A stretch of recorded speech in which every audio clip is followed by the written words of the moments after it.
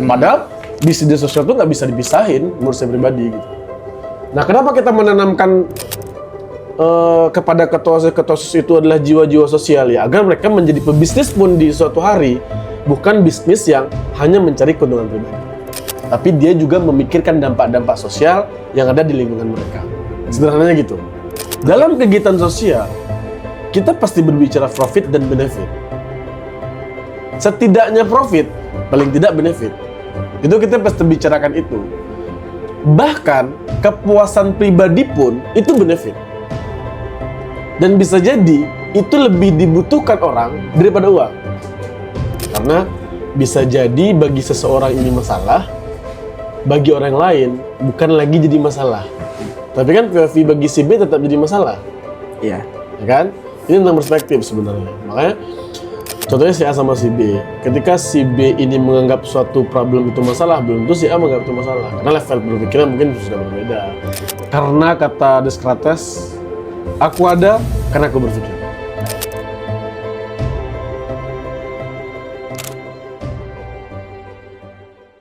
Bang Hafiz. Siap. Selamat datang Bang di Terima kasih. podcastnya Terima Hatta kasih. Aksara. Terima kasih, keren. Kita to the point aja sih Bang. Siap. Di Hatta Aksara ini kita ada beberapa pilar yang mau kita bahas. Salah satu pilarnya adalah social problem solving. Social problem solving. Social Oke, problem. siap. Nah, katanya orang yang paling jago menyelesaikan masalah itu adalah mereka yang hidupnya paling banyak masalah. Nah, oke. Abang sendiri bisa dikatakan sebagai bukti hidup atau bantahan dari katanya tadi itu, Bang. Oke, kita ulangi ya. Orang yang menyelesaikan masalah adalah orang yang punya banyak masalah dalam hidupnya. Oke. Ini sebenarnya tentang perspektif. Kalau Bang lihat ini tentang perspektif ya. Karena bisa jadi bagi seseorang ini masalah, bagi orang lain bukan lagi jadi masalah. Tapi kan POV bagi si B tetap jadi masalah. Iya. Ya kan? Ini tentang perspektif sebenarnya. Makanya contohnya si A sama si B. Ketika si B ini menganggap suatu problem itu masalah, belum tentu si A menganggap itu masalah. Karena level berpikirnya mungkin sudah berbeda. Tahap berpikirnya sudah berbeda. Tahap kebutuhan sudah berbeda gitu ya. Nah, makanya mungkin pernyataan itu bisa jadi keluar gitu. Oke. Bisa jadi keluar kan pernyataan-pernyataan seperti itu yang mengatakan apakah orang yang menyelesaikan masalah itu punya banyak masalah? Bisa jadi, tetapi apakah dia merasa itu beban dan masalah? Belum tentu. Belum tentu. Iya kan? Iya. Nah, Abang sering bilang bahwa apa sih itu masalah? Nah, kalau lagi ngisi materi kan. Betul. Terus jawaban orang rata-rata, masalah itu stres. Ya, masalah ya, itu ya. yang bikin pusing, yang bikin sakit kepala. Tapi ternyata enggak. Nah, boleh Bang, coba jelasin juga Bang. Sebenarnya apa ya? Saya itu suka menentang status quo lah istilahnya ya. Dan sebenarnya bukan berangkat dari masalah. Mungkin ini proses saya menemukan cara berpikir itu. Di waktu itu saya ngobrol sama abang saya, beliau tanyakan gini, dan saya sering juga ngasih materi, ditanyain kayak kerbau atau banteng itu warnanya semua warna apa gitu kan? Kan kita semua orang bisa jawabnya merah gitu kan. Saya juga waktu itu awalnya juga jawab merah, waktu itu saya kelas 2 SMA. Teman-teman yang lain mana tahu Bang? Nggak ada yang tahu kan? Dan ternyata banteng itu buta warna. Ya kan? Dan itu membuat saya cukup shock lah gitu. Wah, ternyata banteng itu buta warna gitu. Dan ternyata banyak fakta-fakta lain yang seperti itu, yang kita dalam realitas hari ini itu hanya mengikuti apa yang jadi normal di masyarakat. Dan ternyata sudah banyak berubah. Dan ternyata di masa kita hari ini itu sudah banyak fakta yang sudah berubah. Karena kita tidak meng-cross-check lebih dalam. Ya bahasa kasar kita ikut-ikutan lah. Siap. Tidak meng-cross-check terlebih dahulu. Termasuk masalah. Nah saya mikir, kok orang pada takut ya sama masalah. Kita kan kalau pada umumnya ngobrol, aduh saya lagi punya masalah nih. Saya mikir, apa sih yang dikatakan masalah itu gitu? Jangan semuanya jadi masalah. Ternyata setelah saya cari tahu, sederhananya di KBBI yang judulnya, yang artinya adalah sesuatu yang harus diselesaikan. Oh, di KBBI itu Bang? Ini KBBI kan bukan karena saya, itu karena KBBI. Jadi masalah, bukan stres, bukan pusing. Sejak kapan masalah itu digandengkan dengan stres? Tapi sesuatu yang Ya, harus harus diselesaikan. diselesaikan. Ternyata lapar juga masalah, haus juga masalah, ngantuk juga masalah. Dan setiap hari ternyata kita bersahabat dengan masalah. Kalau nggak mau punya masalah, Ya nggak usah hidup. Kan itu aja simpelnya kan. hidup sendiri berarti masalah. Hidup sendiri itu adalah masalah gitu kan. Ya, hidup itu adalah masalah gitu. Ya. Pada kesimpulannya ya udah, saya harus berteman dan bersahabat dengan masalah terkait stres, terkait tekanan, itu menurut saya tuh different case ya. Kasus yang berbeda sih harusnya gitu. Iya. Coba kita balik lagi ke analogi banteng tadi, Bang. Kenapa sih banteng kalau kita lihat itu tiba-tiba marah sama warna merah? Itu alasannya apa, Bang? Saya nggak tahu secara mendalam ya, tapi kan Matador merah itu kan warna Spanyol ya. Brand Spanyol kan identik dengan merah. Kalau kita nonton timnas Spanyol, mereka juga gunakan warna merah. Dan itu warna yang hampir semua orang bisa lihat dari jarak jauh gitu. Kan nggak mungkin juga kan Matador bikin warna hijau, siapa tahu sama dengan warna lapangan. Kalau warna biru sama dengan warna dinding. Kalau merah kan cukup mencolok gitu ya. Iya. Dan itu menurut saya untuk atraksi cukup menarik. Nah, ternyata itu jadi kesimpulan bagi orang. Gitu. Yang nggak tahu bahwa sebetulnya itu karena Spanyolnya aja merah gitu Spanyol ya. aja merah gitu kan. Gitu. Jadi banteng kita anggap seperti itu ternyata bukan fakta yang sebenarnya. Bukan fakta seperti itu sebenarnya. Hanya kebetulan kebiasaannya seperti itu aja. Ya, dan ternyata hari ini dunia tuh isinya seperti itu. Nah, Dan dunia itu tentang banteng dan kain berwarna merah. Dan kita adalah orang yang tidak pernah mau meng-cross check kebenarannya seperti apa. Hari ini. Semuanya. Hampir saya rasa 80% fakta di lapangan seperti itu. ya termasuk kita. Termasuk kita. Bisa jadi kan? Bisa jadi. Makanya saya mikir, ya, harusnya di situ kita mulai mikir. Mulai mikir. Makanya ketika saya kasih materi itu ke peserta, yaitu pantikan awal bahwasanya setelah ini ke depan, mikirlah. Jangan ikut-ikut aja dengan apa yang kalian lihat, dengan apa yang kalian dengar. Ya. Gitu. Ini salah satu materi yang Abang bawakan juga eksklusif waktu Betul. itu Betul. untuk peserta ISLT Gen 1 di 2024. Nah, mungkin teman-teman Gen 1 bisa recall lagi nih gitu ya, kan. Lagi, betul. Waktu itu eksklusif kita sengaja. Nah, sekarang kita buka dikit-dikit lah ya. Ya. Nah, coba kita beresin dulu deh, Bang, kalau Ya. gitu. Jadi, sosial problem solving itu kalau kita definisikan itu apa sih, Bang? Kalau masalah tadi kan udah tuh menurut KBBI apa? Coba kita definisikan, Bang, yang sosialnya. Nah, menurut Abang sosial itu apa sih? Kan biasanya kalau orang dikatakan sosial, kehidupan sosial nih lagi bersosialisasi nih, itu bisa disebut non profit lah, gitu kan. Terus kalau berbisnis itu profit. Kalau profit berarti berbisnis, itu nggak bersosial namanya gitu kan. Nah, coba deh kita bedah dulu, Bang.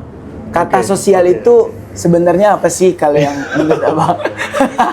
Ini agak panjang. Iya, seru. Karena ini kita ngomongin ideologi ya. Jadi pasti kita nggak bisa keluar dari ideologi dan penjelasan cukup panjang. Tapi saya coba mikir untuk menyederhanakan ini, bagaimana caranya bisa sesederhana mungkin gitu ya. Karena agak cukup sulit juga menjelaskannya. Gini, saya paham pertanyaan kemana. Ada dua hal, kita selesaikan dulu secara sosial gitu ya. Nah, kebetulan basic saya itu jurusannya ilmu ekonomi, Fon. Oke. Ilmu ekonomi. Nah, dan ilmu ekonomi itu turunan ilmu sosial, Fon. Oh, Turunan ilmu sosial. Jadi ilmu sosial itu induknya, turunannya ilmu ekonomi. padahal di ekonomi ngomongin duit semua, Bang. Dan itu sosial dong. Ya kan? Tuh. Nah, makanya kan? Itu kan sosial dong. Sosial dan. Iya. Nah, nggak mungkin. Berarti ketika kita berbicara ekonomi, ya kita berbicara sosial.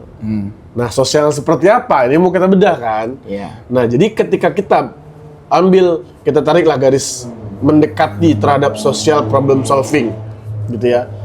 Nah, ya problem solving kan pemecahan masalah di tengah, di kondisi apapun. Problem solving itu berarti kita adalah seseorang yang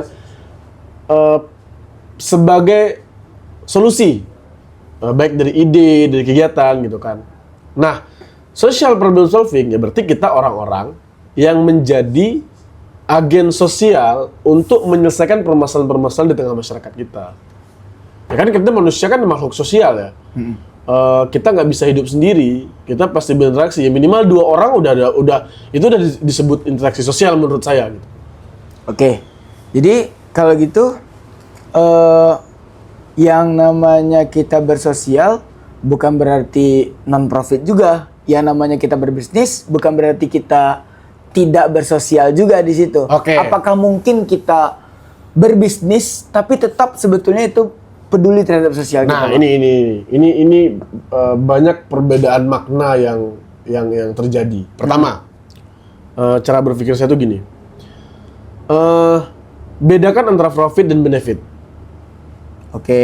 Nah, ini kita beda profit dulu dan nih. benefit. Ada namanya profit, ada yang benefit. Profit itu yang biasa yang biasa digunakan untuk menghitung keuntungan finansial. Indikatornya uang biasanya. Maka kita hitungnya profit, angka lebih ke quantity. Kalau benefit itu lebih luas. Bisa value, bisa impact, bisa dampak. Dan uang itu adalah tolak ukur paling rendah bagi saya. Dari benefit. Paling rendah? Paling rendah bagi saya. Karena uang sendiri itu juga bisa kita katakan sebagai benefit di satu sisi. Tetapi benefit bukan hanya uang. Nah, kalau kita berbicara profit, itu kan lebih dekat kepada uangnya. Nah, kita pisahkan dulu nih, benefit sama profit. Yang jelas, dalam kegiatan sosial, kita pasti berbicara profit dan benefit. Setidaknya profit, paling tidak benefit. Itu kita pasti bicarakan itu. Bahkan, kepuasan pribadi pun itu benefit. Dan bisa jadi, itu lebih dibutuhkan orang daripada uang. Paham gak sih runutnya gitu. Yeah. Jadi perdebatan antara sosial itu profit atau enggak, dari pernyataan saya tadi harusnya sudah terjawab. Sudah selesai gitu. Ya hanya orang-orang awam saja yang berpikir, ini kan masalah penilaian, bos. Penilaian itu. Kan banyak aktivis-aktivis, ini agak ngeri juga ya. Aktivis-aktivis stay miskin, bahasa kasarnya gitu ya.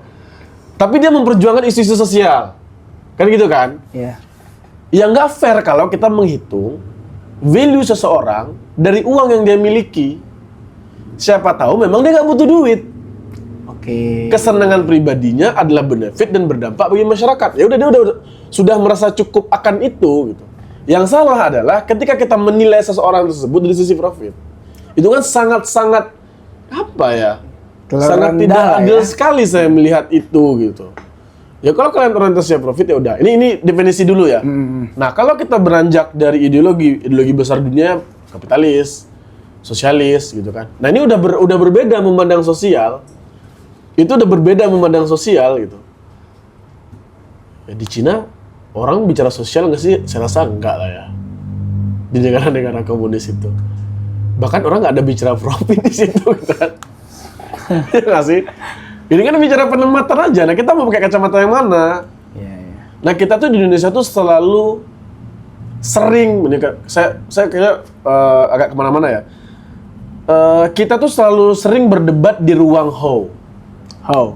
Bagaimana? Nah, tataran profit atau benefit itu how menurut saya gitu ya. Tapi kita tidak pernah berdiskusi di tataran why. Why? Kenapa gitu?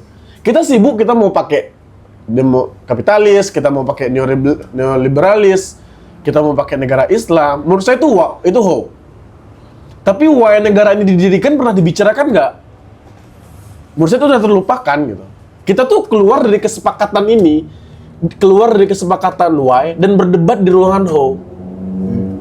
Contoh nih, ada anggota DPRD RI Sumatera Barat. Nah, saya ngomong nih, ada 13 orang tuh aktif sekarang yang konten gitu ya, setiap hari gitu ya. Dan beliau menunjukkan bahwasanya beliau itu punya potensi exposure yang tinggi dan akses yang kuat terhadap pusat. Nah, ini udah merucut ya, kita nggak sebut orang. Ya masyarakat kita udah pintar-pintar semua. Menurut saya, itu bagus. Tapi tidak sesuai dengan apa yang kita sepakati. Nah, coba, kita mau pilih yang mana? Pilih bagus atau pilih yang kesepakatan? Karena negara kita negara demokrasi. Demokrasi itu bagaimana kita membentuk ekosistem yang berkeadilan sehingga semua orang punya kesempatan yang sama. Kalau dia ngomong, "Pak Den, ayah saya Kalau enggak karena saya, itu bukan demokrasi menurut saya. Iya. Ya nggak sih? Apakah salah? Enggak. Apakah dia berbuat banyak untuk daerah kita? Saya respect. Terima kasih Pak sudah membuat itu. Tapi cara seperti itu tidak sesuai dengan demokrasi loh. Lah, kita pilih gimana? Ayo, kita mau pilih yang mana? Beliau bawa sesuatu dari pusat ke daerahnya, itu udah tanggung jawab dia, udah tugas normalnya dia harusnya. Betul. Iya kan? Betul. Ya, terus ngapain harus ngeklaim? Saya nggak masalah klaimnya, Von. Tapi yang saya permasalahan itu adalah ketika dia mengedepankan itu karena dia dan hanya dia yang bisa seperti itu. Sedangkan dia adalah pejabat publik yang harusnya dia ketika diberikan kesempatan di bidang itu, dia harus membuat ekosistem di mana semua orang punya kesempatan yang sama.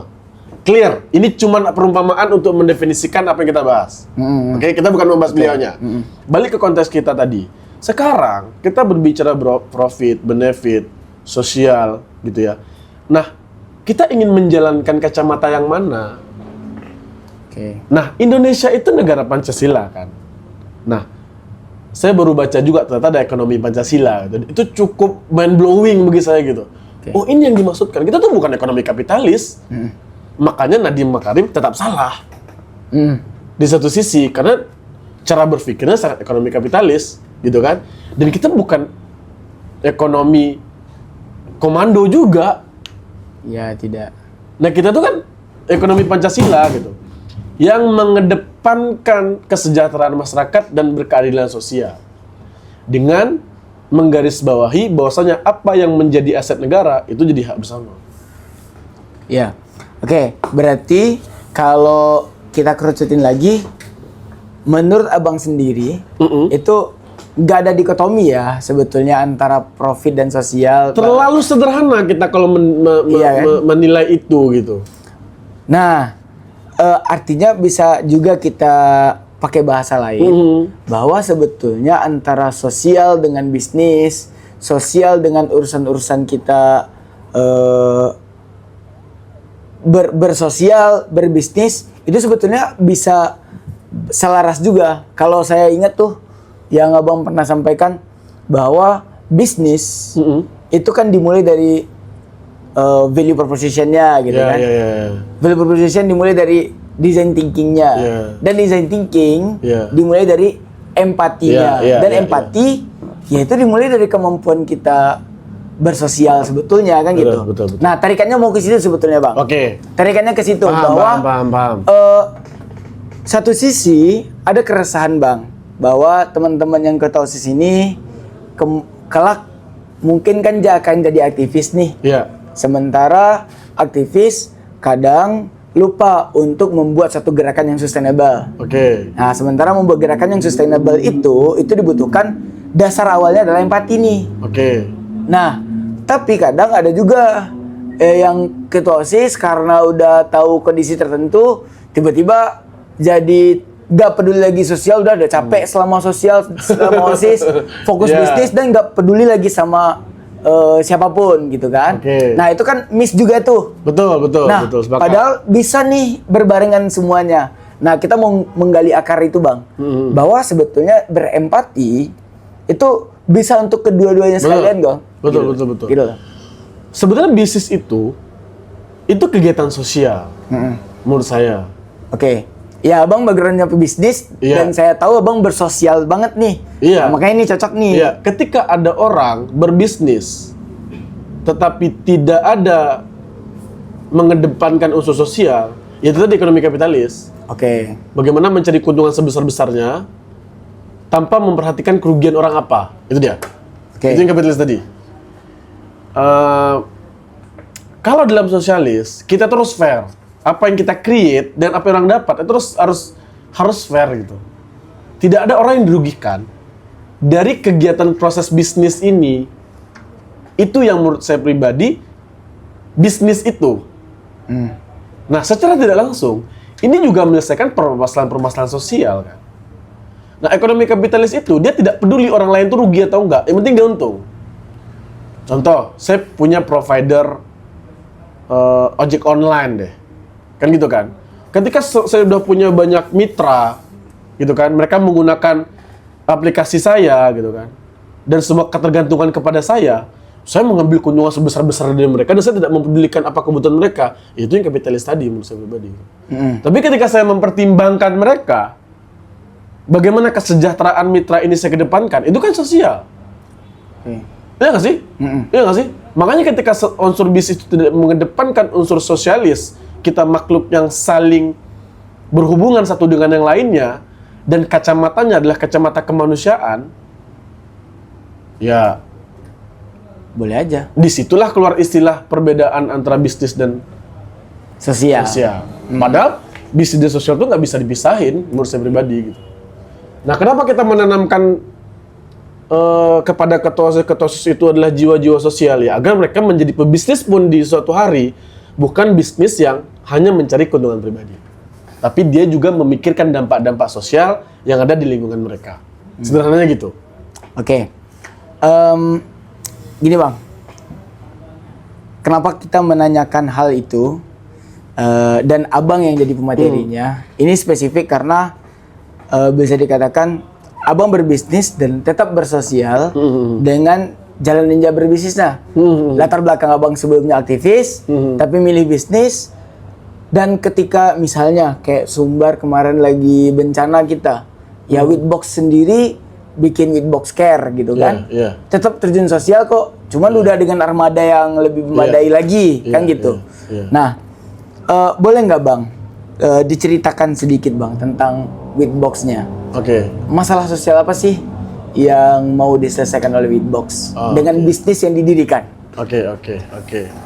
Aduh, Witbox itu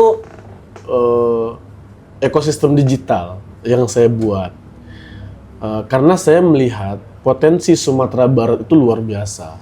Kita punya sumber daya alam, sumber daya budaya, sumber daya manusia, artinya ya, yang sangat potensial. Dan bahkan kita punya diferensiasi yang lebih kuat daripada daerah-daerah lain, ya dengan karakteristiknya masing-masing. Tetapi ini semua belum tereksplor secara maksimal, gitu ya. Ya tinggalnya juga harus diekspor, SDM-nya ditingkatkan kualitasnya. Dengan itu sumber daya alam kita terkelola dengan baik, sumber daya budaya kita bisa jadi potensi, kan gitu kan logika berpikirnya.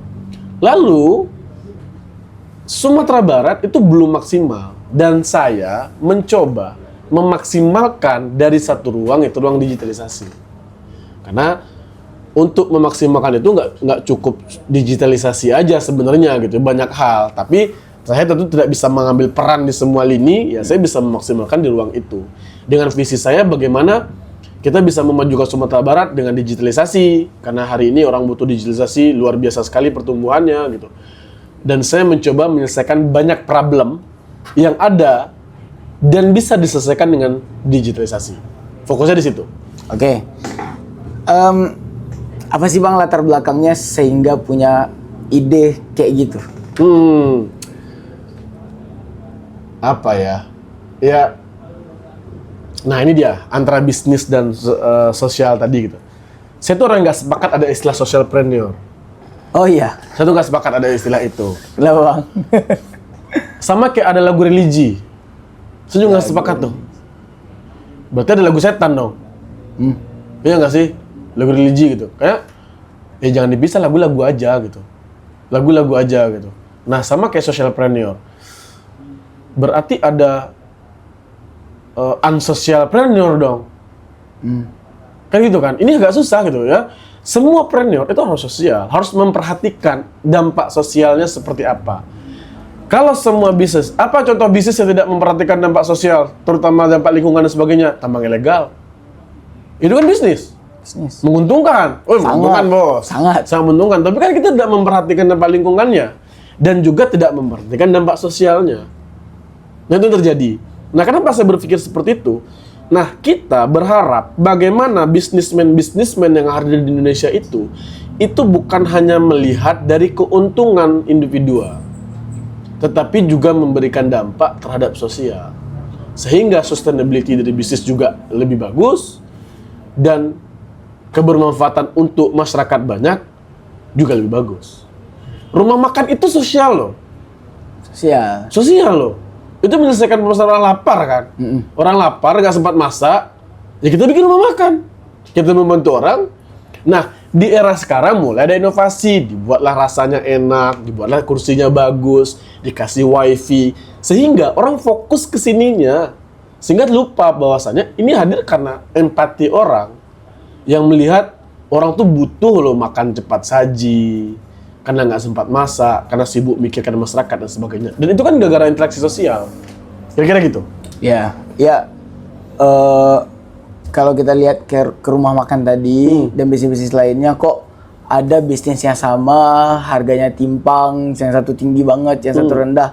Tapi yang mahal ini tetap laku. Nah, itu kita bahas di segmen berbeda nanti, Bang. Karena itu ilmu khusus di bisnisnya lagi, betul, kan. Betul. Teknis lah itu. Teknis lagi. Nah, kita mau menggali lebih dalam lagi, Bang. Tentang itu kan latar belakangnya. Ada kisah pribadi nggak, Bang, yang membuat Abang akhirnya satu, Abang anak ekonomi, tiba-tiba ke digital, ya kan, Witbox, media. Nah ini bagi sebagian orang mungkin agak jauh. Tapi bagaimana Abang bisa membuktikan bahwa ini dekat, ini bisa? Ada masalah apa sih sebelumnya sehingga Abang punya solusi? Kan setiap masalah itu bisa di-solving, ya kan gitu, bisa dipecahkan gitu kan. Nah, masalah apa, Bang, sebelumnya yang mungkin akhirnya Abang pengen pecahkan dan ini solusinya gitu? Ya bisnis itu kan kerjaan kita menyelesaikan masalah orang lain ya. Iya. Sebenarnya kebetulan juga karena jalannya yang membawa saya untuk mempertemukan saya dengan orang-orang yang membutuhkan itu, dan saya punya punya kemauan untuk belajar dan membantu menyelesaikan permasalahan-permasalahan itu. Nah, kenapa saya memilih ruang digitalisasi? Ya, karena saya suka digital juga, saya suka teknologi, saya suka inovasi, saya suka baca-baca buku inovasi. Nah, ketika saya bertemu dengan orang-orang, lokal brand, UMKM, yang mereka punya problem, ya ketika saya punya skillnya, ya bertemulah antara demand dan supply di situ. Dan itu terjadi berulang-ulang, ya akhirnya menjadi ekosistem yang akhirnya saya matangkan, dan saya buat prototipenya, saya buat pilarnya, jadilah Witbox itu sendiri. Oke. Jadi gitu. Awal mulanya justru bukan udah sempurna dulu nih. Idenya nggak ada baru ide yang sempurna, dikeluarin atau nggak ada ide yang sempurna, Bos. Oke. Nggak ada ide yang sempurna. Kalau kalian menunggu ide kalian sempurna baru mulai jalan, kiamat.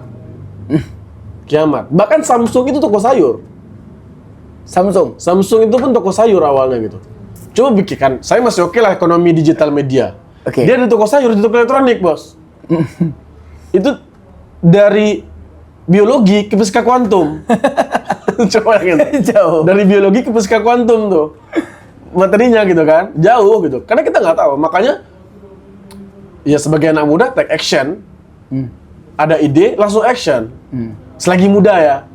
Kalau udah umur 50 kayaknya nggak ada waktu lagi deh. Saya mikir-mikir juga kayak bapak-bapak kita umur 50 ada ide pun mereka pasti mikir, ya nggak ada ini. Mereka yang iya aja. Itu dua generasi, Bang, yang dipertaruhkan. Iya kan, anak sama cucu. Tapi kalau kita masih muda nih take action aja. Nah, sambil jalan ide itu bakal sempurna. Nggak ada ide yang sempurna tuh, nggak ada. Jadi kita nggak harus menunggu berempati dulu atau mencari masalah yang besar dulu, lalu beri solusi besar. Enggak. Justru Witbox sendiri lahir dari solusi-solusi kecil yang akhirnya dikumpulin. Ya, dari ngelola sosial media klien. Iya. Dari ngelola sosial media klien. Oh, ternyata klien butuhnya promosi. Saya mulai ambil KOL. Oh, ternyata KOL nggak cukup. Mereka butuh dikembangkan. Saya bikin training. Oh, ternyata setelah di training, mereka butuh diinkubasi. Saya bikin inkubasi. Oh, ternyata talentnya juga perlu diinkubasi. Saya bikin inkubasi talent. Oh, ternyata media ini dikelola dengan manajemen khusus, saya bikin manajemen khusus. Ya udah, semua skill jalan jadi ekosistem. Orang lihat, wih keren ya, Hafiz bisa menggabungkan itu semua. Tidak dalam waktu semalam. Itu perjalanan panjang yang saya temukan. Karena saya mulai, kalau saya nggak ngelola sosial media klien, saya tidak menemukan banyak problem-problem itu yang akhirnya menjadi ekosistem. Oke. Kita bukan Tuhan, Bos. Jadi, gitu. Kalau kita arahin ke social problem solving-nya, Karena mau menyelesaikan masalah sosial banget nih. UMKM misalnya, yang dulu mungkin bingung nih mencari siapa yang bisa bantu promosi ya. Kalau langsung cari artis, nggak kejangkau.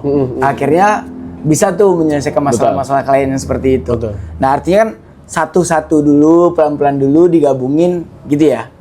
Nah, gini Bang, kita di konten Pilar ini sengaja tidak terlalu panjang, dan juga tidak terlalu singkat tentunya. Kita langsung melompat ke kritik dan saran deh Bang. Untuk ya pemuda lah pada umumnya. Abang masih pemuda juga kan? Gini, kita anak muda tuh kita nggak punya duit, kita nggak punya jaringan, ya nggak sih? Ya itu kecuali anak Konglo Bang. Ya itu beda, ya 1 dari 100 lah ya. Kita ngomongin secara umum lah. Kita nggak punya jaringan, ilmu sedikit, hidup baru beberapa tahun, duit nggak ada, kan gitu kan? Dan kita masih menunggu ini ada buat take action. Yang nggak bakal gerak-gerak. Ini Pandawara Group, ya kan? Mereka ngambil sampah, take action aja dulu, bikin konten, kan gitu kan? Saya juga nggak yakin mereka sudah berpikir bakal datang ke Jerman, bakal datang ke luar negeri untuk meeting dengan mereka mempersiapkan inovasi. Kayaknya nggak sampai ke situ deh dulu gitu. Ya udah bikin konten, ngambil atensi orang, ya mereka take action.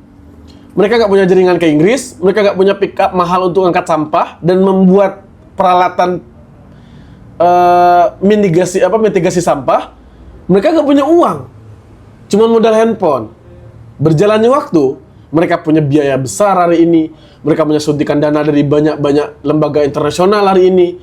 Mereka punya aset yang luar biasa untuk berbagi sampah. Ya mereka punya jaringan internasional hari ini gitu. Kenapa? Karena mereka take action. Makanya saya ngajak anak-anak muda, take action aja. Take action aja gitu. Selagi kita masih muda, ya apa yang mau kita takut salah gitu. Kecuali kesalahan itu udah pasti. Contoh narkoba, itu udah fix salah ya, jangan diekspor lagi lah. Saya coba ekspor narkoba gitu kan, ekspor human trafficking gitu ya, main perempuan gitu kan. Nah, menurut saya itu kan nggak perlu diuji coba, nggak perlu dieksplorasi lagi gitu. Tapi event, kegiatan, ya bikin aja. Selagi itu bukan kriminal, take action. Nah ini yang harus dilakukan. Dan permasalahan di masyarakat kita tuh banyak sekali. Selesaikanlah satu-satu. Anak muda tuh menurut saya pribadi, di awal karir hidupnya, cobalah bantu masyarakat kita untuk menyelesaikan permasalahan mereka. Jangan langsung tiba-tiba ada duit, tiba-tiba ada duit. Ntar dikasih duit pun bingung mau ngapain kan. Nah, itu dia tuh. Sesederhana itu sih, kalau saya mikirnya. Take action. Cari problem di masyarakat, mikir dikit, take action. Bantu, jangan bantu dah gitu ya. Bantu dah. Karena kalau kita mau dapat sesuatu, kita harus memberikan sesuatu. Harus memberikan sesuatu gitu. Dan tentunya banyak juga orang yang mengerjakan sesuatu kan mikirnya gini, Bang, saya capek-capek kerja sesuatu, tapi saya nggak dapat profit. Kan gitu kan? Ya nggak apa-apa. Asalkan dapat benefit. Tapi balik yang tadi. Iya kan? Mantap. Tapi saya juga nggak dapat benefit. Ya berarti kamu aja yang tolol. Ngomong kasar banget ya. Ya kamu aja nggak tahu gitu. Caranya bikin itu gitu kan. Ya makanya belajar, makanya baca buku, makanya ketika awal-awal udah duit itu nggak bisa. Nah benefit ini apa? Bedah deh. Ya kan? Kalau kamu bukan ketua OSIS, nggak bisa ikut IELTS gitu ya. ISLT, nggak bisa ikut ISLT.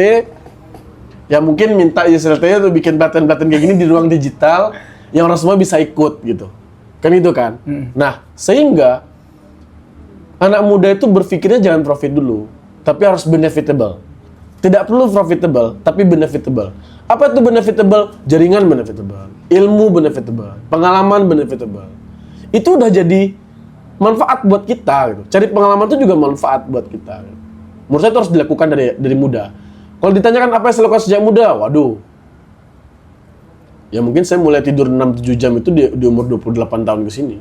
Sebelum itu 2-3 jam, karena saya suka. Ya, semua kegiatan saya ikutin. Dan nggak ada satupun yang dapat duit. Sama sekali. Tapi, saya pastikan semuanya saya dapatkan benefitnya. Dan itu saya rasakan hari ini. Sesederhana itu.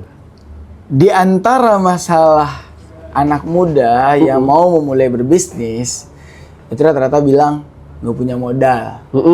Dan modal yang kebayang itu adalah duit. Tapi kalau dari yang penjelaskan barusan ini, ternyata modal itu bukan hanya duit Bang ya. Jaringan tuh modal. Pengalaman itu modal, ilmu itu modal. Tiga. Ada Jadi tiga. kalau saya bikin tiga modal. Tiga modal. Dan ini wajib ada. Dalam bisnis itu wajib ada. Oh, Jadi pertama modal networking. Nih, ada 3 modal yang harus ada dalam bisnis. Networking, jaringan. Modal finansial. finansial. Nah, Modal itu knowledge. tadi itu, knowledge. Modal knowledge. 3. Nah kita harus anggap aja kita dari nol. Kita tuh nggak bisa dapat tiga-tiganya. Cari satu dulu. Cari satu dulu. Nah, dengan anggap aja lah yang paling mudah modal knowledge. Ya hari ini kan ilmu banyak, buku banyak. Baca knowledge-nya, ada saja dikit. Gunakan knowledge ini untuk cari networking atau cari uang. Dan nggak bisa sekaligus tuh. Nggak bisa sekaligus tuh. Cari jaringan. Dapat jaringan, uang datang. Oke. Gitu. Jaringan ini ngomongin trust, ngomongin jejaring kita dan sebagainya gitu. Kalau orang punya uang, juga nggak bisa bisnis. Dia harus cari modal ilmu dan modal jaringan juga. Kamu bisa mulai dari mana? Ilmu susah, uang susah, jaringan. Ikut organisasi, cari teman banyak-banyak. Dengan jaringan ini, kita bisa ikut orang dan cari ilmunya. Oke. Orang udah percaya sama kita bisa cari modal. Gitu ya. Nah, ketiga-tiga ini kita harus miliki. Kecuali kita anak presiden. Secara nggak langsung kita punya modal, kita udah punya jaringan bapak kita, dan kita sudah punya ilmu yang kita lihat setiap harinya. Nah, ini kan different case ya. Kasus yang berbeda gitu. Tetapi, kalau kita ingin memulai bisnis, ketiga-tiga ini harus kita miliki.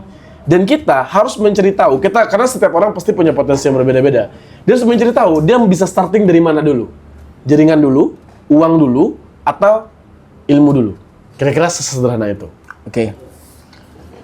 Terakhir Bang, tentang ISLT.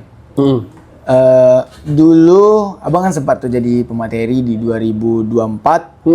Tahun ini insya Allah akan jadi pemateri lagi.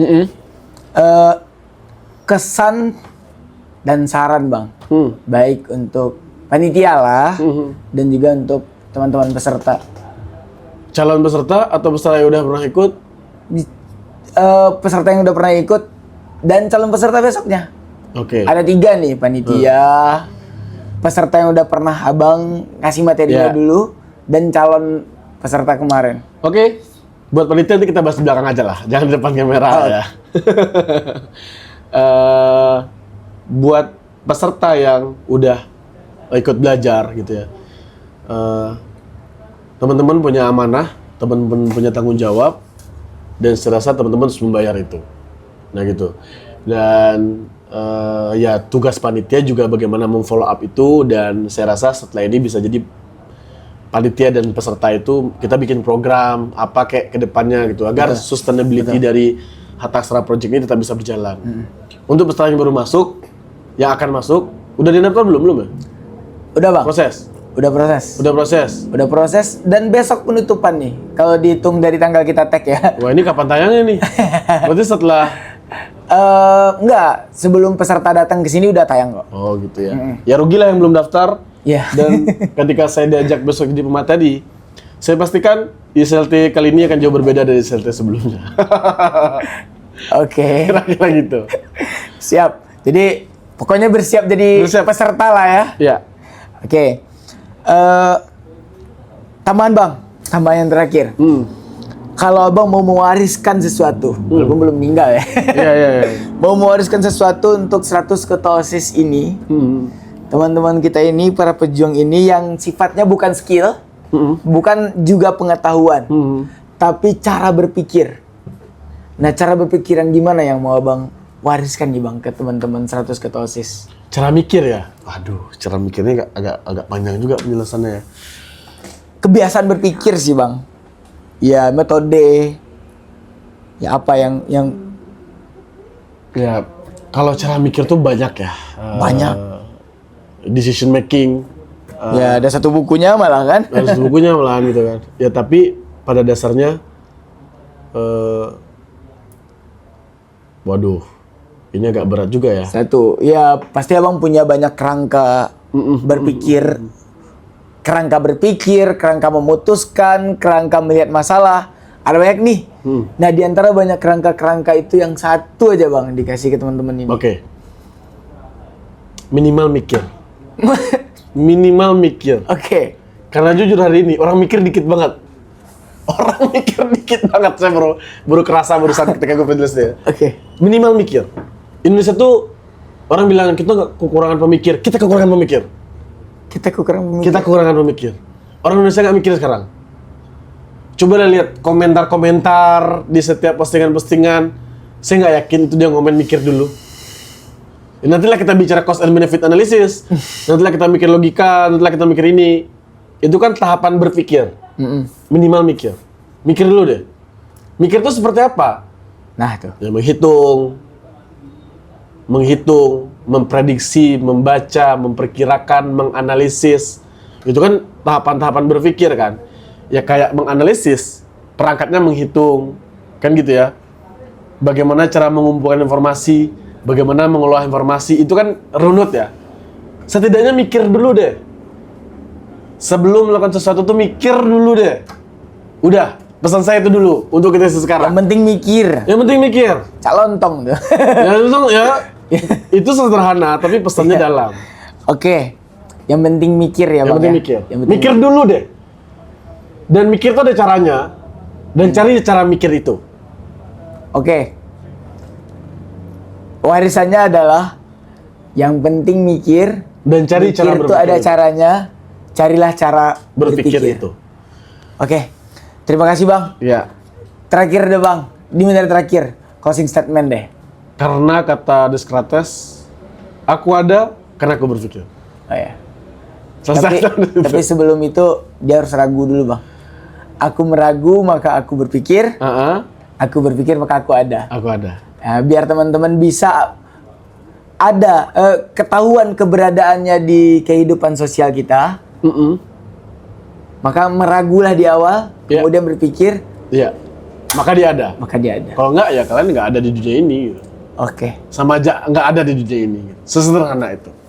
Kira-kira gitu. Kuncinya mikir ya bang. Kuncinya mikir, tetap mikir. Tetap mikir. Dan saya berharap ISLT kali ini ruang untuk menciptakan para pemikir, ya karena namanya Hatta Aksara Project, ya minimal taraf berpikirnya seperti Bung Hatta. Bare minimal bang. Bare minimal. Oke. Bare minimal harus Bung Hatta. Oke. Gitu. Teman-teman, terima kasih bang Hafiz. Teman-teman, Siap. selamat berpikir habis ini. Terima kasih, itulah Hatta Aksara Project dengan konten pilar kita yang pertama, Social Problem Solving bersama Bang Ahmad Hafiz. Thank you. Terima kasih Bang Hafiz. Siap, thank you. Lain kali kita Terus, ngobrol terus. lagi. Siap, thank you.